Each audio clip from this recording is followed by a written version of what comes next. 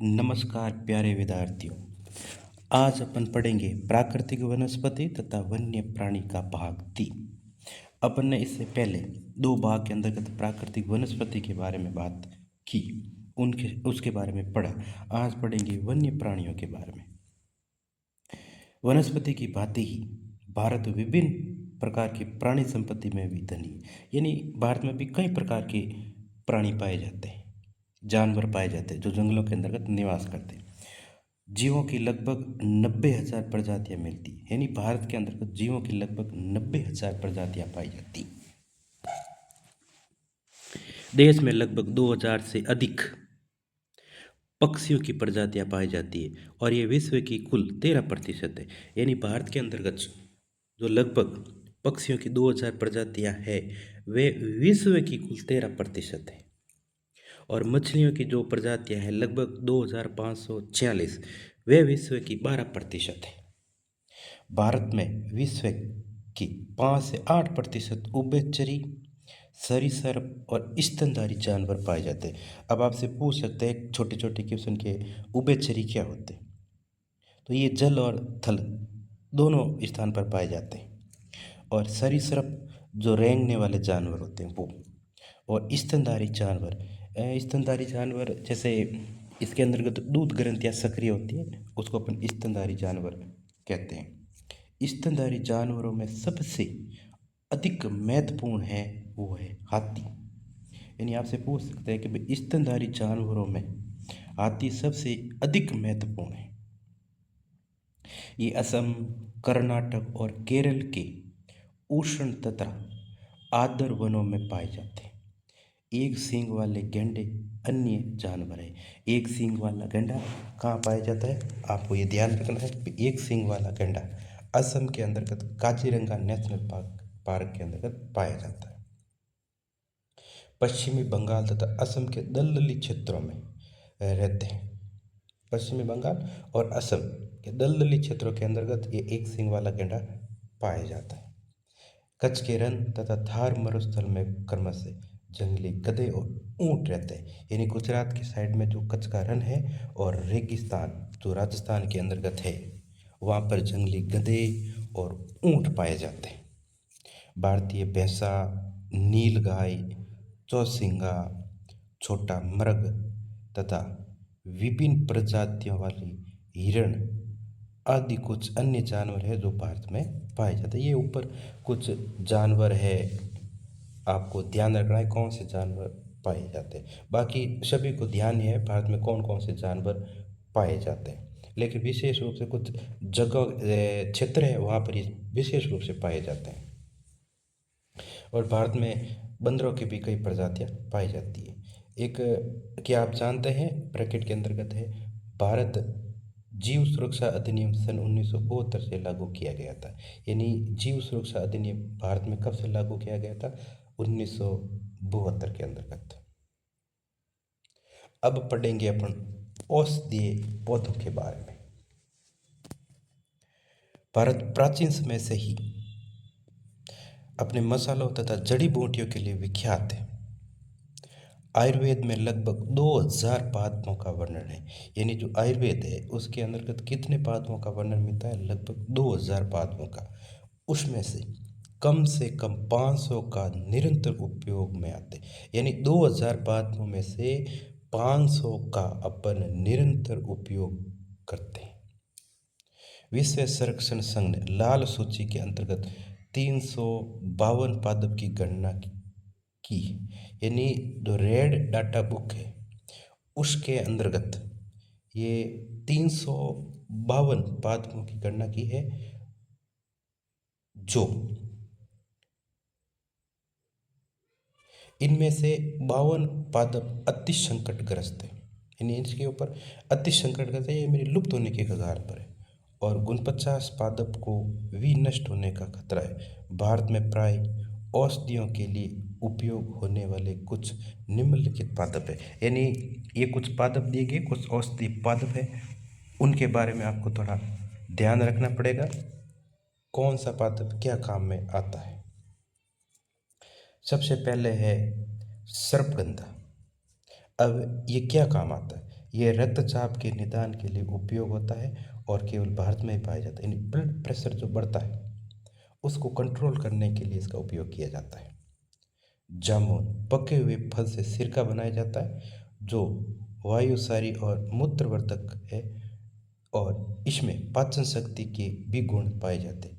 बीज का बनाया हुआ पाउडर मधुमेह रोग के लिए सहायक है, डायबिटीज़ के लिए ये फायदेमंद है। जामुन के जो फल है उनसे उनका बीज है, उन बीज से जो पाउडर बनाया जाता है वो मधुमेह रोग के लिए फायदेमंद है। आगे है अर्जुन पेड़।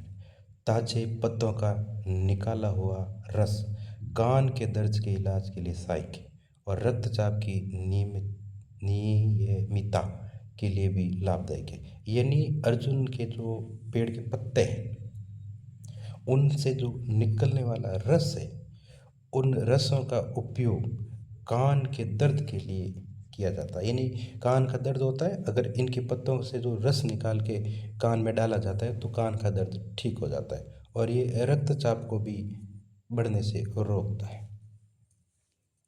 बबूल इसके पत्ते आँख में फुंसी के लिए लाभदायक है। इससे प्राप्त गोंद का उपयोग शारीरिक शक्ति की वृद्धि के लिए होता है।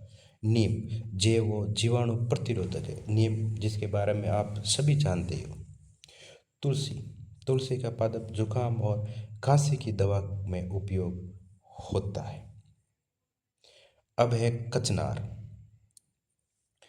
फोड़ा जिसको अपन कहते हैं अल्सर पे दमा रोग के लिए उपयोग होता है। इस पौधे की जड़ें और कली पाचन शक्ति में सहायक होती है। तो ये कुछ औषधीय पौधे हैं। इन औषधीय पौधों का नाम और इनके क्या क्या उपयोग है ये आपसे क्वेश्चन पूछ सकते हैं।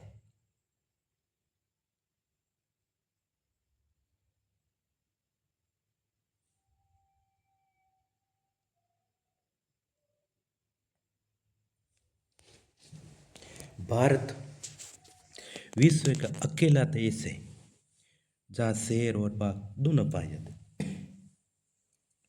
शेर भी पाए जाते हैं और बाघ भी पाए जाते हैं। भारत शेरों का प्राकृतिक आवास स्थल गुजरात के गिर जंगल है।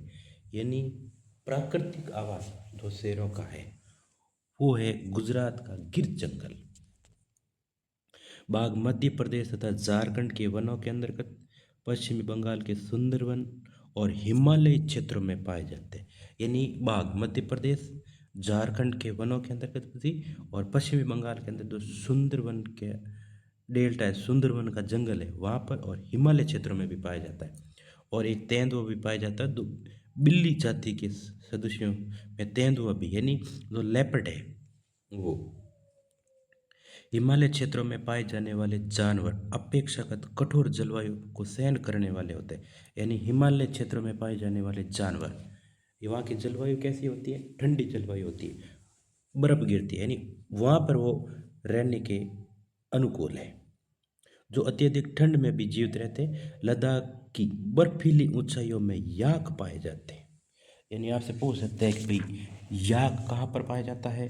तो याक पाया जाता है लद्दाख क्षेत्र के अंतर्गत। जो गुच्छेदार सींगों वाले बैल जैसा जीव है जिसका भार लगभग 1 टन होता है।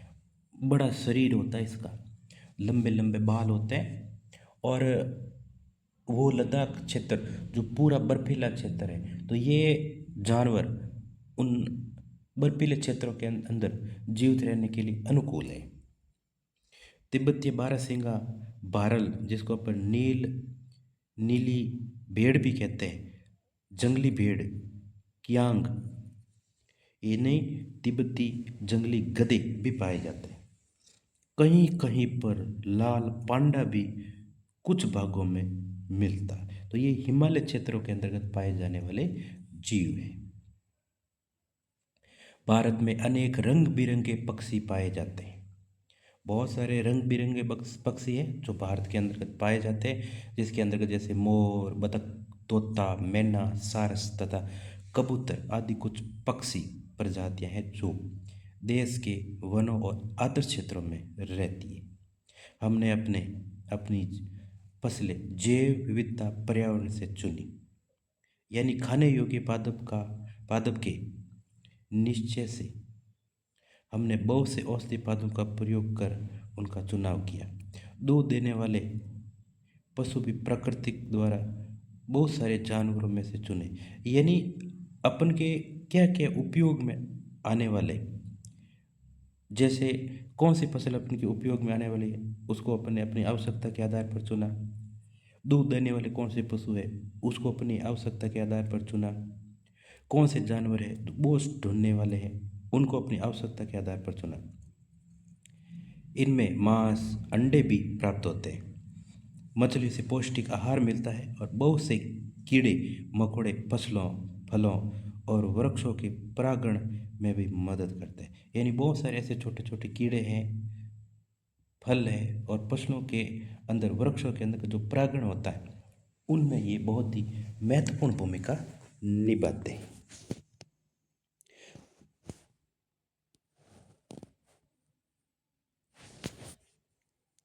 और हानिकारक कीड़ों पर जैविक नियंत्रण रखते हैं। प्रत्येक प्रजाति का पारिस्थितिकी तंत्र में योगदान है, यानी सभी का अपना अपना विशेष योगदान है, अतः इनका संरक्षण अनिवार्य है। यानी सभी जीव जंतु चाहे छोटा हो बड़ा हो पारिस्थितिकी तंत्र में उसका विशेष योगदान है, इसलिए अपन को उनका संरक्षण करना भी अनिवार्य है। जैसा पहले बताया गया है कि मनुष्य द्वारा पादपों और जीवों के अत्यंत उपयोग के कारण पारिस्थितिकी तंत्र असंतुलित, यानी अधिक संख्या में अपन उसका क्या कर रहे हैं, इन जीव जंतुओं को उपयोग करें तो ये पारिस्थितिकी तंत्र के अंतर्गत विलुप्त होते जा रहे हैं। लगभग 1300 पादप प्रजातियां संकट में है और 20 प्रजातियां विनिष्ट हो चुकी है, यानी पूर्णतः नष्ट हो चुकी है, और कुछ पादप है प्रजातियां हैं वो नष्ट होने की कगार पर, यानी संकट में है।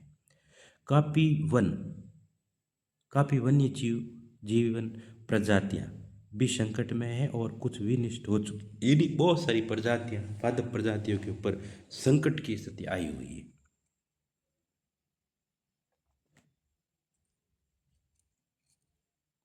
पारिस्थितिकी तंत्र के संतुलन का प्रमुख कारण लालची व्यापारियों का अपने व्यवसाय के लिए अत्यधिक शिकार करना है। यानी ये जो पारिस्थितिकी तंत्र है इसमें असंतुलन हो रहा है, इसका मुख्य कारण है कुछ ऐसे व्यापारी, लालची व्यापारी है जो इसका अत्यधिक अपने व्यापार को बढ़ाने के लिए अपने फायदे के लिए इनका क्या कर देते हैं, शिकार कर देते हैं। रासायनिक और औद्योगिक अवशिष्ट तथा तेजाबी जमाव के कारण प्रदूषण, विदेशी प्रजातियों का प्रवेश, कृषि तथा निवास के लिए वनों की अंधाधुंध कटाई इस पारिस्थितिकी तंत्र के असंतुलन के कारण है। तो आपसे कुछ पूछ सकते हैं कि भाई पारिस्थितिकी तंत्र के असंतुलन के क्या क्या कारण है।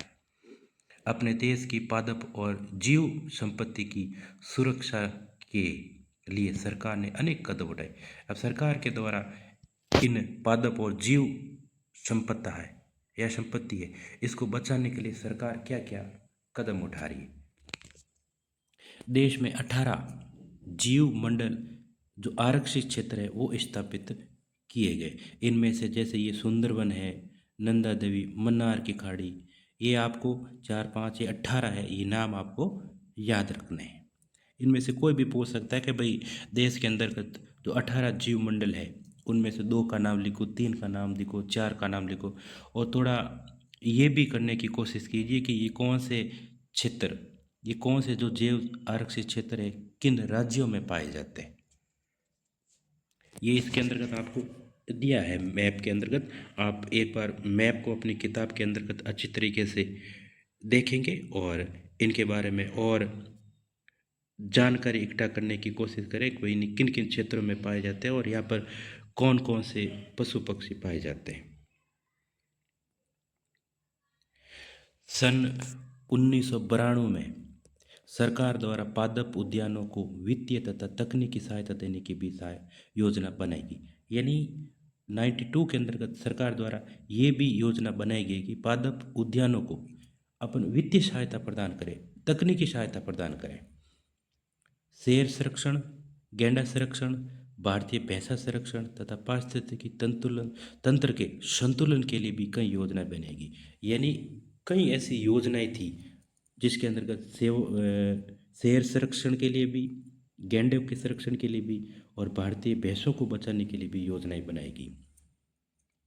106 नेशनल पार्क, 573 वन प्राणी अभ्यारण्य और कई चिड़ियाघर राष्ट्र की पादप एवं जीव संपत्ति की रक्षा के लिए बनाए गए। यानी इनका मुख्य कार्य भी यही है कि इन जीव संपदा जो संपत्ति है देश की, इसको बचा कर रखे। ये आपके ब्रैकेट के अंतर्गत ये दिया है 18 जीव मंडल जो आरक्षण क्षेत्र है, इनके आपको नाम याद रखने हैं।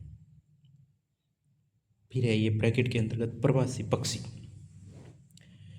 भारत के कुछ दलदली भाग प्रवासी पक्षियों के लिए प्रसिद्ध है। यानी जो दलदली भाग है भारत के अंतर्गत, वहाँ पर दूसरे देशों से पक्षी यहाँ पर आते हैं शीत ऋतु के अंदर। यानी जब शीत ऋतु प्रारंभ होती है, शीत ऋतु के अंदर, शीत ऋतु में साइबेरियन सार्स बहुत संख्या में यहाँ आते हैं। यानी आपसे पूछ सकते हैं भाई साइबेरियन सार्स कौन सी ऋतु में भारत आते हैं, तो ये शीत ऋतु के अंतर्गत आते हैं। इन पक्षियों का एक मनपसंद स्थान है कच्छ का रण। यानी ये अधिक संख्या में कहाँ जाते हैं, कच्छ के रण जो गुजरात के अंतर्गत है वहाँ। जिस स्थान पर मरुभूमि समुद्र से मिलती है, यानी वह स्थान जहाँ पर मरुभूमि समुद्र से मिलती है, वहाँ लाल सुंदर कलंगी वाला फ्लेमिंगो हजारों की संख्या में आता है। यानी समुद्र और मरुस्थल जहाँ पर आपस में मिलता है ना, वहाँ पर लाल सुंदर कलंगी वाला फ्लेमिंगो हजारों की संख्या में आती है और खारे कीचड़ के ढेर बनाकर, यानी कीचड़ के अंतर्गत जो खारा है ये कच्छ का रण बनाकर उसमें घोंसले बनाती है और बच्चों को पालती है। देश में अनेक दर्शनीय स्थलों में से यह भी एक है। क्या ये हमारी कीमती धरोहर नहीं